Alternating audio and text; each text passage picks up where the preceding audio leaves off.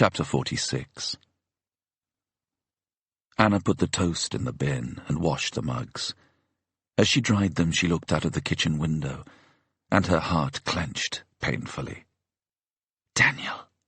She dropped the mug. It smashed silently at her feet. There was a cement lorry parked on the garage forecourt, just as there had been on the 5th of November. The smell of fireworks and the dull white light of the coming winter. James's arm slipping around her from behind, and the little chocolate frog that kept hopping in and out of Daniel's lunchbox. The horror of hindsight unfolding once more outside her kitchen window. A man in overalls, boots and gloves was laying broad white corrugated piping up the forecourt and through the open garage doors. As Anna watched, he went back to the cab of his lorry, and somewhere deep in her guts she felt the machinery thrum into life as the giant drum on the back of the vehicle slowly rotated, mixing the cement and the stone into concrete. And every time it turned, there was a big blue circle. It was only when she began to feel faint that Anna realized she had stopped breathing some time ago. When she started again, the air dried her mouth so fast that it hurt. She reached for the tap, then stopped. No time, she thought. No time for water. She went downstairs and opened the front door. A bitter wind slashed at her body. No time for a coat. She crossed her arms for warmth and stepped outside. By the time she reached the lorry, she was almost running and almost crying. She didn't know why. She didn't know what she was doing, and she didn't know what she would do when she got there. "Hello!" she shouted and banged on the driver's door. "Hello!" She reached up and yanked it open. The driver wasn't there. Her stomach cramped, and she doubled over and cried out. People looked at her, then looked away. She ran across the forecourt, past the 5 footprints, and into the garage. The radio wasn't on. Nobody was there. "Stop!" she shouted, panic making her voice small and squeaky. "Stop!"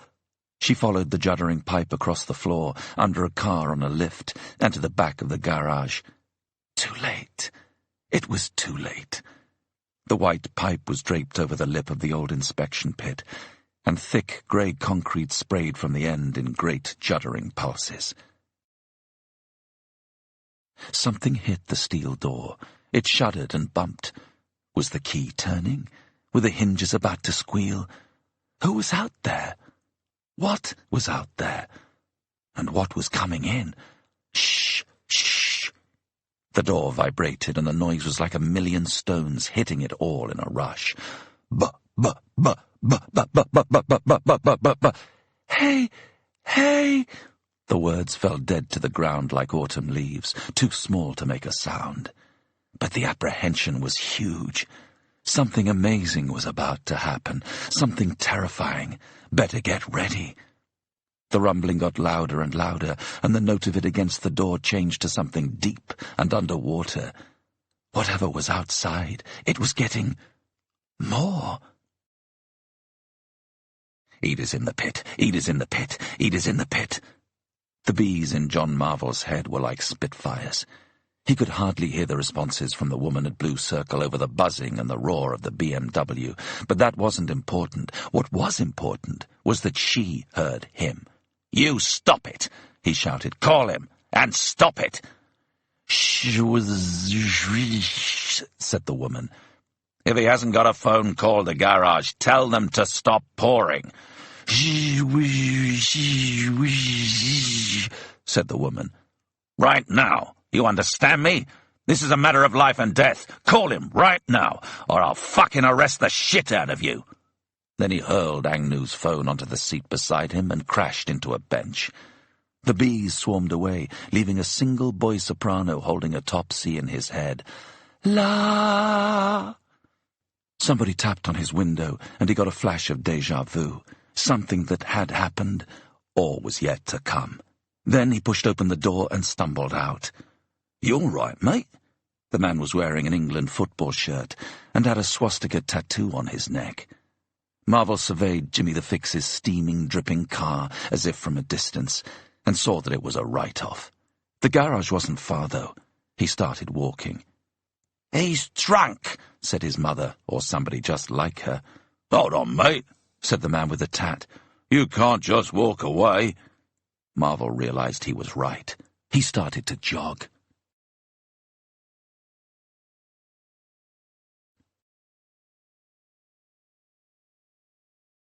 Chapter 47. "Stop!" Anna shouted. "Stop it!" The driver was there. Was it the same one as last time? The man who had run up and down, showing people how tall Daniel was with a hand at his hip. Anna didn't know and didn't care. She bent and hugged the big pipe and tried to pull it away from the edge, but the driver grabbed her arm. "Hey!" he said. "Hey!" "Stop it!" she shouted hoarsely. "James! James!" "Hold on," said the man. "That stuff'll burn you and blind you." "You have to stop it," said Anna. "Please." "Who are you?" said the man. James ran out of the office and said, "What's going on?" Anna gripped his wrist so hard that he winced. "James," she croaked, "open the door." "What door?" "She's trying to stop the pour," said the driver. "It's okay, Anna," said James. "It's where the new lift's gonna go." "No!" Anna dropped slowly to her knees, as if she'd been shot in the back in an old Western movie, and James looked down into her pale face. She was not the woman he'd left at home 20 minutes earlier. Her eyes were huge and bruised. Her lips were dry and cracked. She pointed at the old mattress propped against the far wall of the pit, and her voice was so papery he had to lean down to hear her. "James," she whispered, "you have to open the door."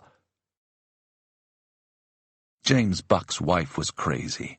Anyone could see. Except... DCI Marvel's voice rang in his head like a bicycle bell. Except there was a door behind the dirty old mattress. A door to the tiny tool room that meant you didn't have to climb out every time you needed a 14mm socket. But it didn't lead anywhere. It just... Anna's eyes closed, and her grip on his wrist loosened as she slid to the ground. James jumped into the pit. Somewhere behind him the driver shouted, "Shit!" and then he heard nothing else. The concrete was like hot stone porridge. It was up to his knees, and every step took a lifetime. It clung, and it squeezed, and he could feel the catalytic heat through his overalls. He hadn't expected it to be hot. He had to fight panic and keep moving towards the mattress. So slowly. James fixed his eyes on the mattress as he twisted and lifted his heavy, hot legs. 2 more agonizing steps. He reached too early and stumbled. He scared himself upright, his heart thumping with the near miss. If he fell in this stuff, he was dead. He calmed his breathing and made himself take a more careful step. He grasped the mattress and hauled it aside. It flopped awkwardly, half in his way. He had to wait around it now to grip the knob on the bolt. He drew it back and pulled, but the rising tide of concrete kept the door shut. With only the bolt to hold on to, he strained to open it even an inch, and when he did, the concrete slid through the gap in a vicious, viscous eddy. Trying to beat him to the prize, whatever that might be. Squeezing ahead of him, seeking out what was rightfully his. "No!" he shouted. "No! No! No!" He got his fingers around the crack in the door and strained. Another 2 inches. Not enough. He was just making it easier for the greedy grey sludge. It wouldn't beat him. It mustn't. Anna had told him to open the door, and he was going to do it or die trying. James gripped the door with both hands, braced his right foot against the wall, and leaned perilously backwards. Slowly, slowly, the door edged open until James could see into the room. The child was sitting on the bed, cross-legged and wearing a helmet with a tinted visor, as if waiting to be launched into space. "Daddy!" he shouted, and held out his arms.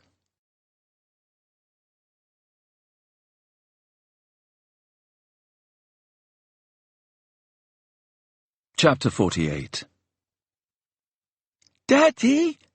Ang Nu looked up and saw Daniel Buck running across the fresh cement with a piece of paper in his hand.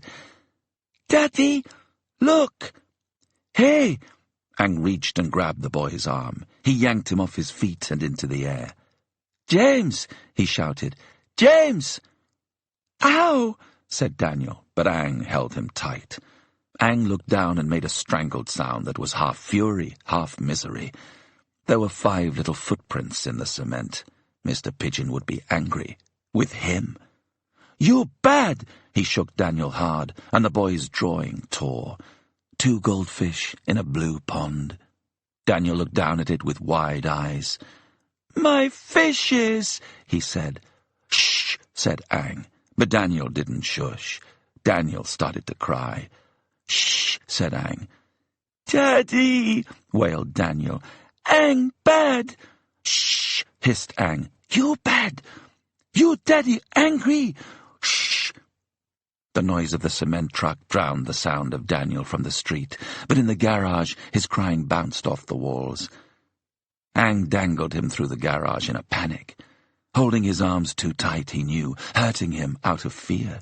He didn't call for James again. He didn't want James to come. Not now. Not while Daniel was crying. It wasn't his fault. It was Daniel's fault. But all the crying and kicking made it look like his fault.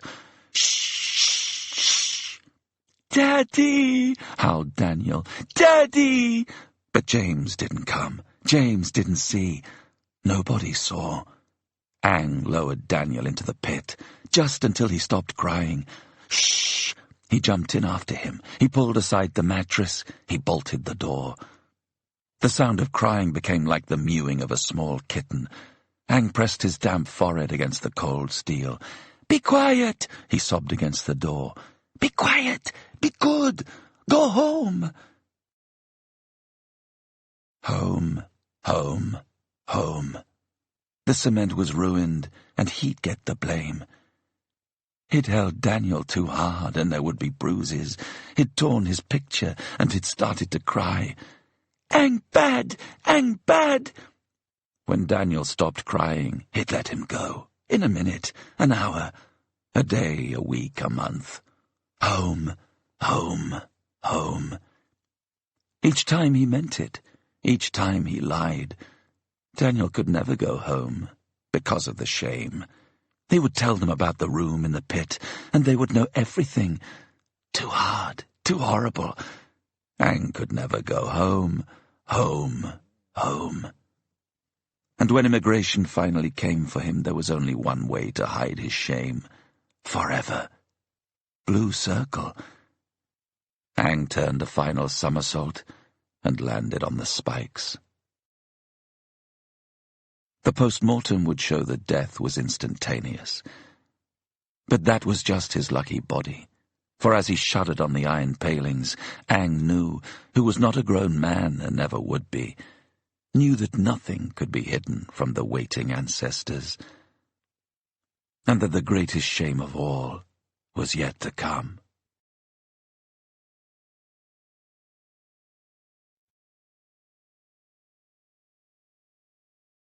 Chapter 49. James waded slowly from the dark little room with his son in his arms. His eyes sought out Anna kneeling at the edge of the pit. "I found him," he said in his head. "We found him." But his throat was too clogged with exertion and emotion to make words.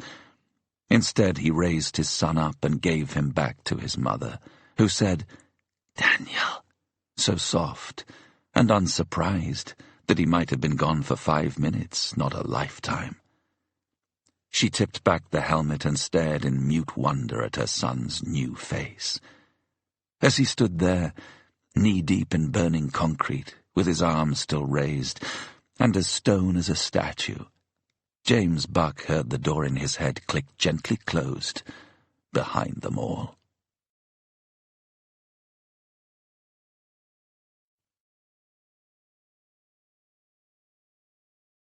Chapter 50.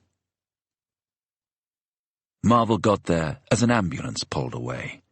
There was a cement truck on the forecourt, and a thick pipe running from it through the front doors. A man in fishing waders was rolling a broad hosepipe onto a reel, and a sopping wet Anna Buck stood nearby, holding a child who was really too big to be carried. Marvel splashed through the streams of grey water running across the forecourt. "Where is she?" he shouted at Anna. "Is she in there?" He didn't wait for an answer, but ran past them all into the garage. The concrete in the bottom of the pit was a few feet deep. The door to the tool room stood ajar, held open by the flat, grey sea. Marvel started down the ladder. "Oi!" The man in the waders was striding towards him. "You go in there and I'll call the police." "I am the police," said Marvel. "What happened here?" "Christ knows," said the man. "All I know is I'm doing my job as requested, and this bloke jumps in the pit and opens the door and finds a bloody kid in there." "Edie? A girl?" "Nah, a boy. He's outside." "Fuck," said Marvel. "I have to search that room."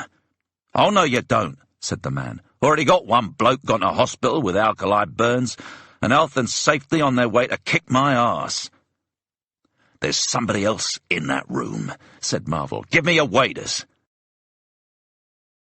The cement was drying fast, but Marvel still left a trail of footprints to the open door.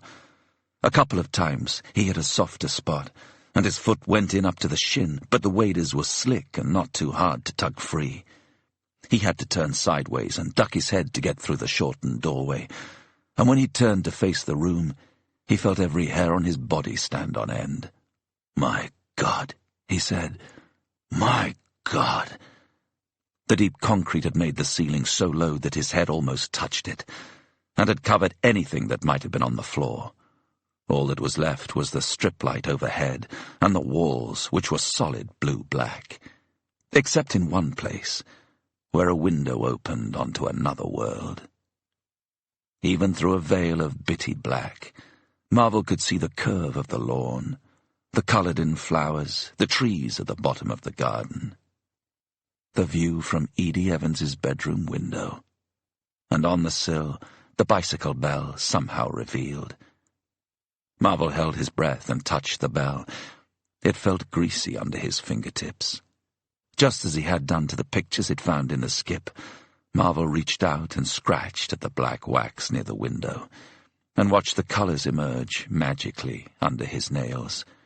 He was a child again, his past overlapping his future here, in this moment. It was all circles. Marvel pulled off the waders and walked out of the garage and onto Northborough Road. Numb. A lost boy found, a dramatic rescue. There should have been fire trucks and ambulances and police cars parked from here to the bridge. There should have been TV crews and flapping tape and top brass arriving to take credit for all the stuff they hadn't done. Marvel would have called them all, except he wouldn't have known what to tell them. He didn't know what to tell himself. Anna Buck had disappeared, so all there was to show for the drama was the driver smoking a fretful cigarette next to his lorry. Blue circle. Marvel stared at it, too dazed to think about whether or not he believed in coincidences anymore. He was too dazed to think about anything. He just stood there on the garage forecourt while commuters split around him. People walked fast, with their heads down, their ears plugged with white cables. A woman in turquoise lycra jogged slowly past. A man with 2 dachshunds, and children on bicycles wove their way between the pedestrians, cheeks rosy and hair ruffled by the sharp wind. Marvel didn't know what to do or where to go. Something had ended, but it was as though he was the only one who had seen its passing. "You're standing on the feet." "Huh?" A small girl with brown pigtails glared up at him through thick glasses. "You're standing on the feet." She pointed at the ground, and Marvel looked down to see he was standing on one of 5 small footprints made in the cement. He stepped off it and said, "Sorry," and the child said, "That's okay," and walked away. As she did, he noticed that the clips in her plaits were shaped like little stars.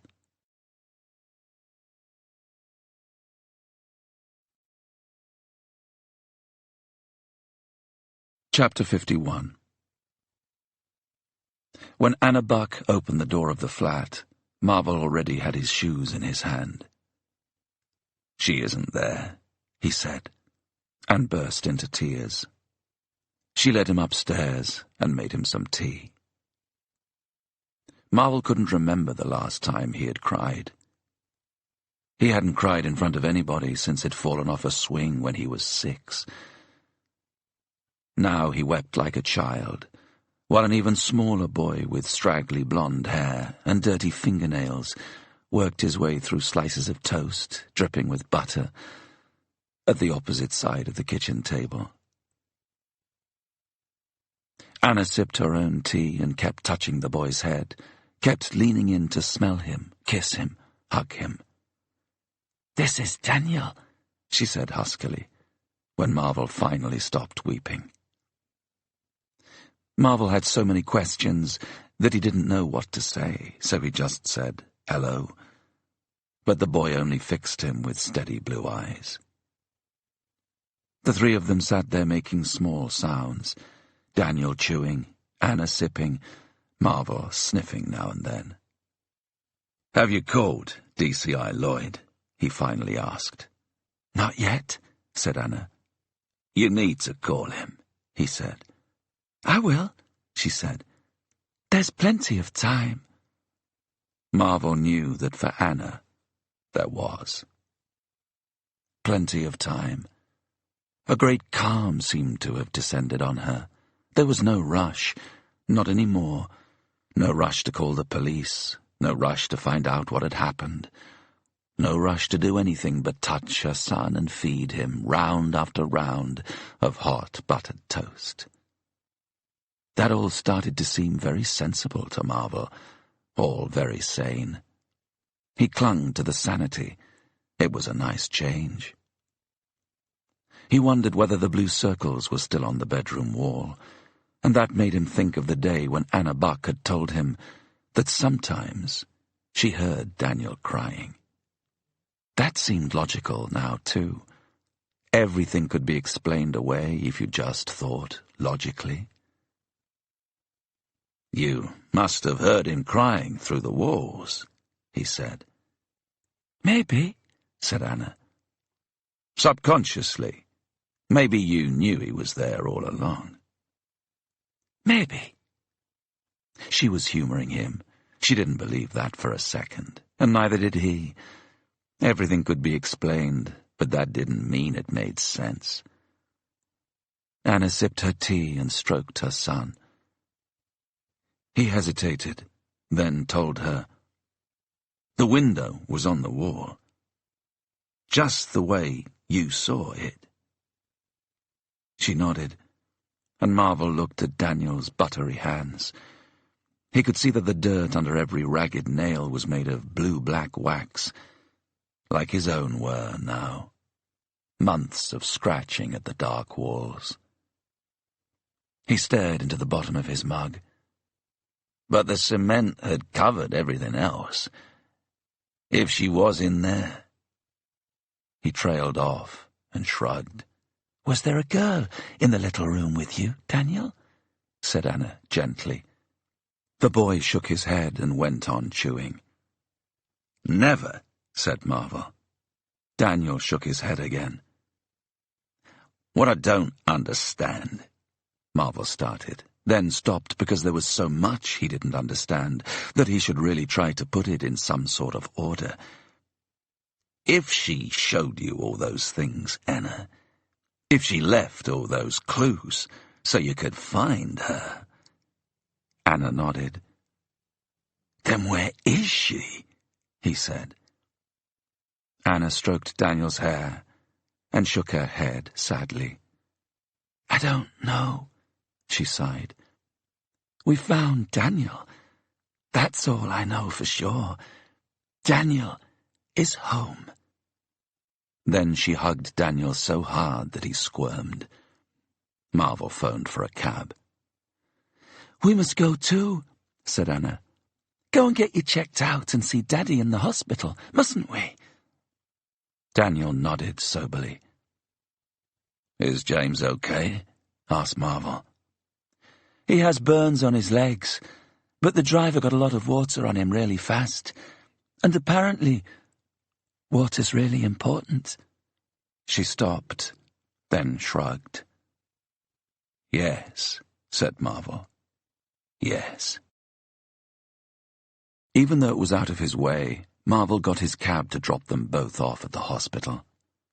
Anna held Daniel's hand tight as she got out, then turned and thanked him. And although he was suspended, Marvel offered to tell DCI Lloyd that Daniel had been found. "I'll do it," she assured him. "I promise I will, but—" She looked at Daniel, then went on. "I just want a couple of days first. Being a family, being normal, being sane." Marvel hesitated, then nodded. "I suppose it'll wait a couple of days," he said. "The important thing is that you have your son back." "I know," she smiled. "Thank you." Then she leaned into the cab and kissed his cheek.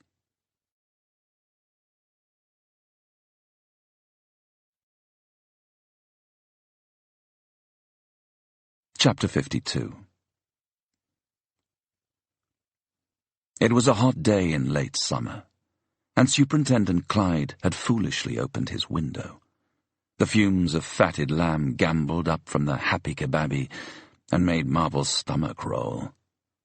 "So, you're off," said Clyde. "Yes," said Marvel. He had his box on his lap. There wasn't much in it.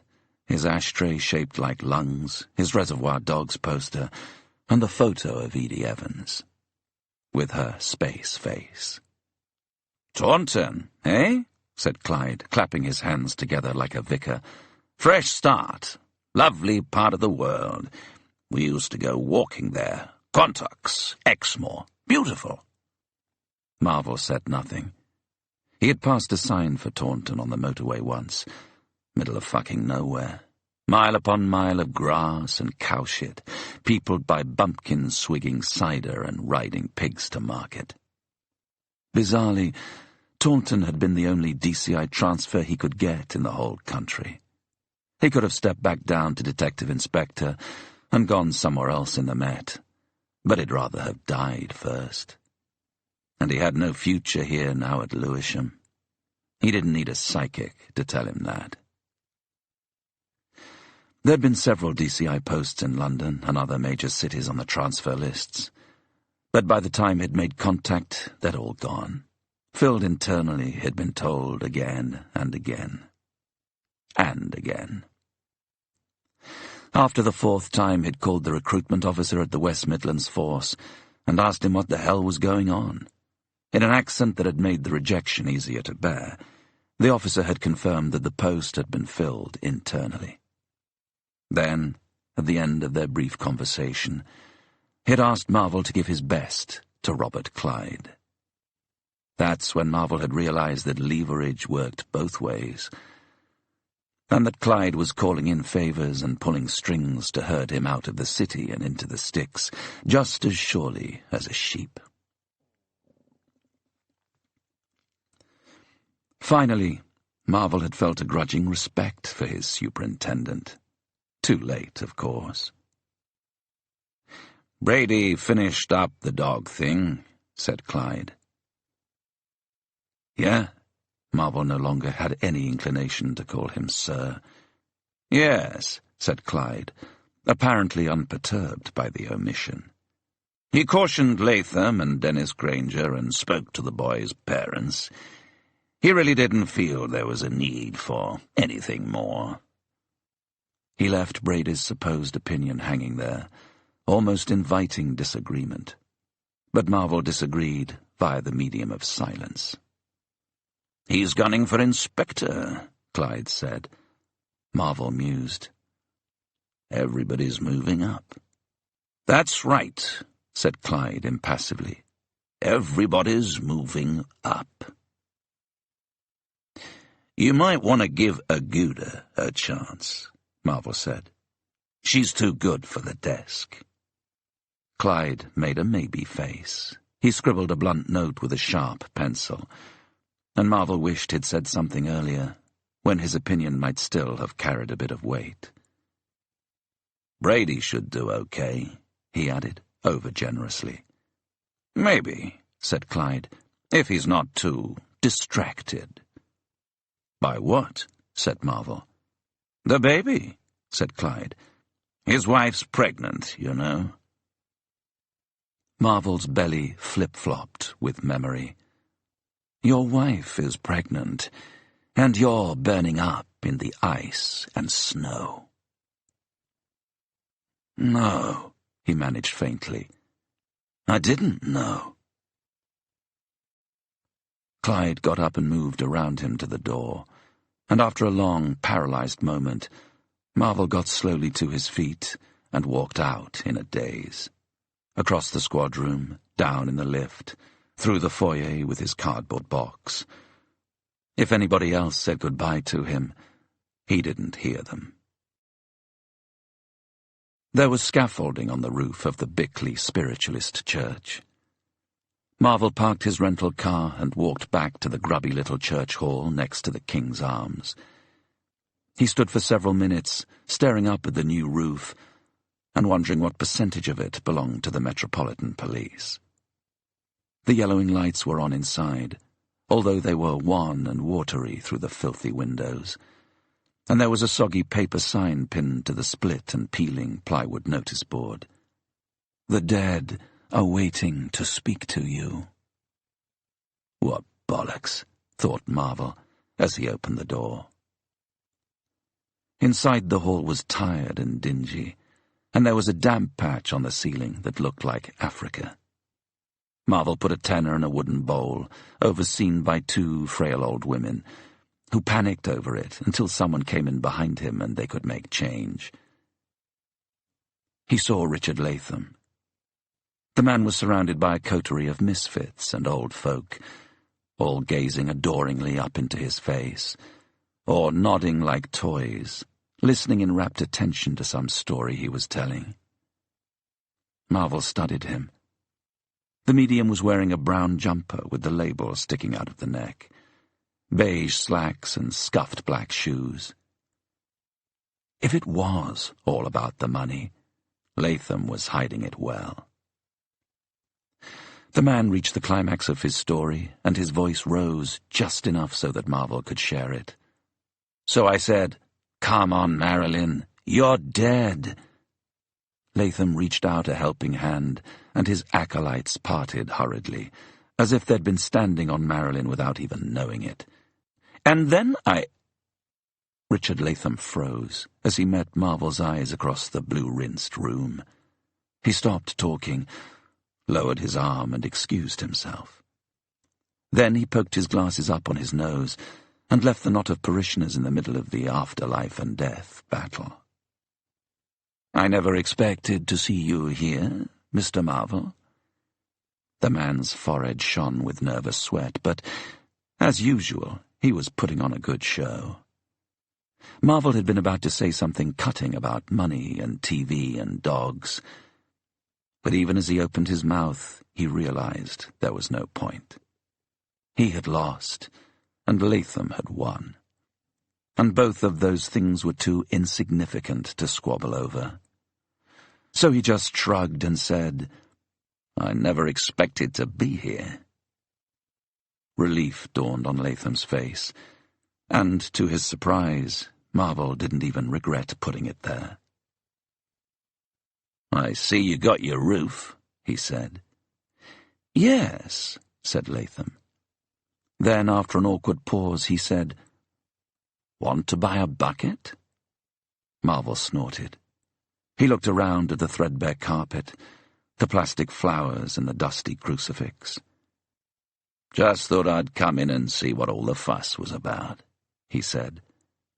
"That's nice," said Latham sincerely. "You're very welcome, Mr. Marvel." Marvel nodded slowly. "Well," he said, "I've seen it." "You're not staying for the open circle?" "No," said Marvel. "Ghosts are not my thing." He waved a vague hand in the direction of Africa. "Not your thing?" Latham said gently. "After everything that's happened?" Marvel laughed and shook his head. "Especially after that." It was a knee-jerk response. If Marvel had thought about it, he might have said something different, something more measured.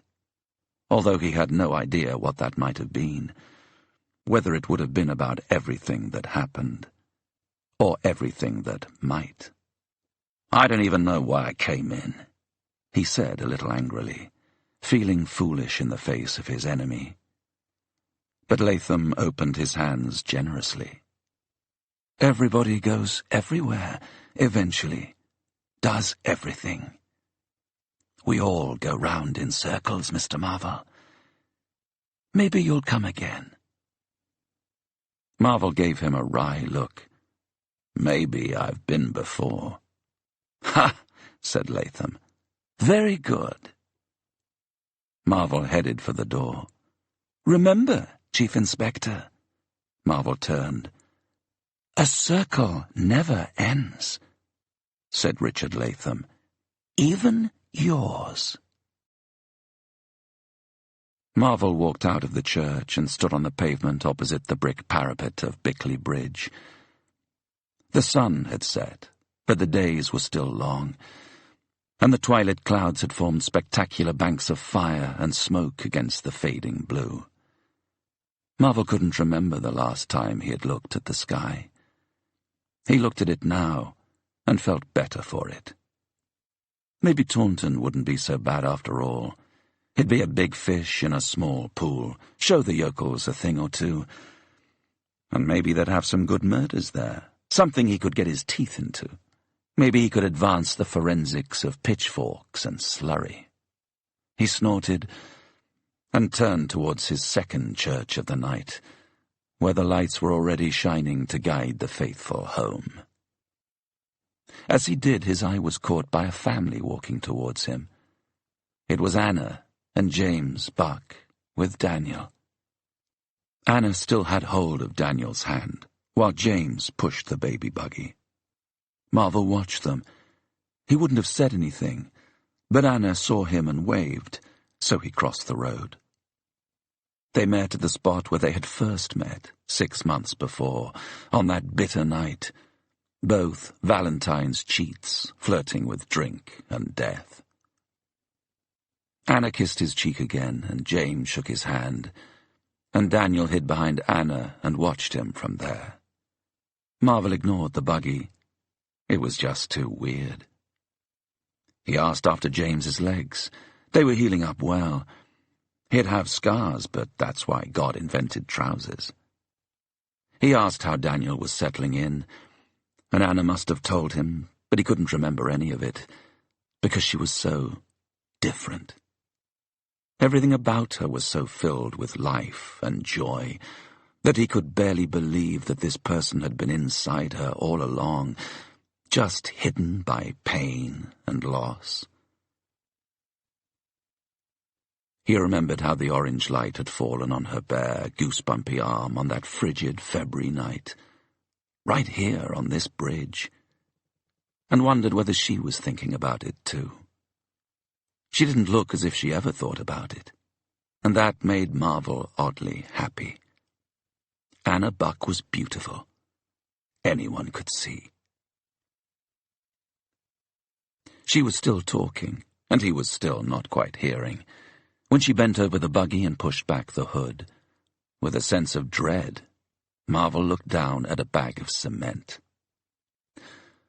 "We got Blue Circle," said James, "for old time's sake." They all laughed then, and Marvel caught up with the fact that they were on their way to fill in the 5 footprints. "Danny's gonna do it. Aren't you, Dan? He made 'em. He's gonna fix 'em." Daniel picked his head out from behind Anna, just long enough to nod happily at his father.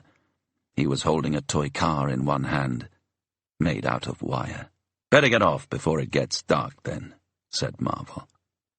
They said goodbye, and the little family carried on down Northborough Road. Marvel went to cross over to the King's Arms. "Edie's In space! Marvel's heart pumped a jolt of pure electricity. He turned to look at Daniel. The boy was still holding Anna's hand, but had stopped at arm's length to stare back at him with a fathomless blue gaze. "What?" Marvel choked, even though they had all heard it. "What?" Daniel only ducked shyly against Anna's leg, hiding his face. "Daniel?"